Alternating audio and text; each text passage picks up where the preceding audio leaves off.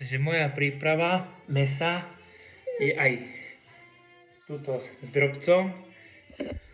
Krajeme prsia na drobno. Hej, koľko ich tam bolo? Kilo 253. Takže pokrajame a taká rýchla príprava na pekáč. Dáme hore len korene, prikryjeme s prikrývkou, ryža a máte hotový obed. Takže kuracie prsa nakrájené a použijete hociaké korenie, ktoré máte radi. Ja som zobral, lebo nám došlo všetko, už len toto tu máme.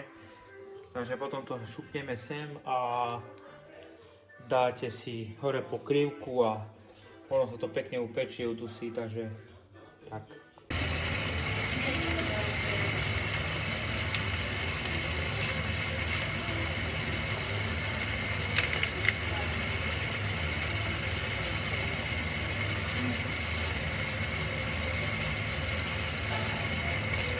No, asi stačí.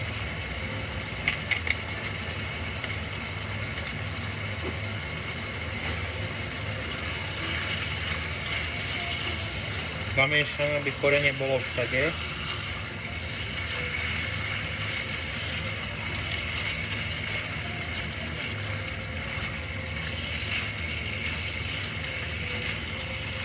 No. A už len prikryjeme. A máte to.